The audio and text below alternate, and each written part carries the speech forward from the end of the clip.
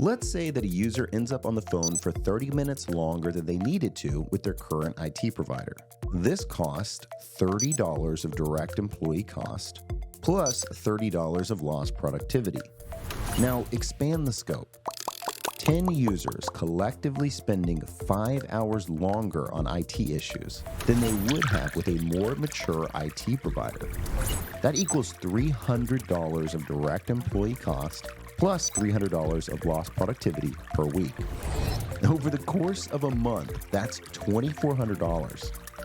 And over the course of a year, that's $28,800. If you run a business, you know these are very conservative numbers. It can add up much more than this very quickly. Ready for a near immediate return on investment on your technology spend? Reach out today and let's chat.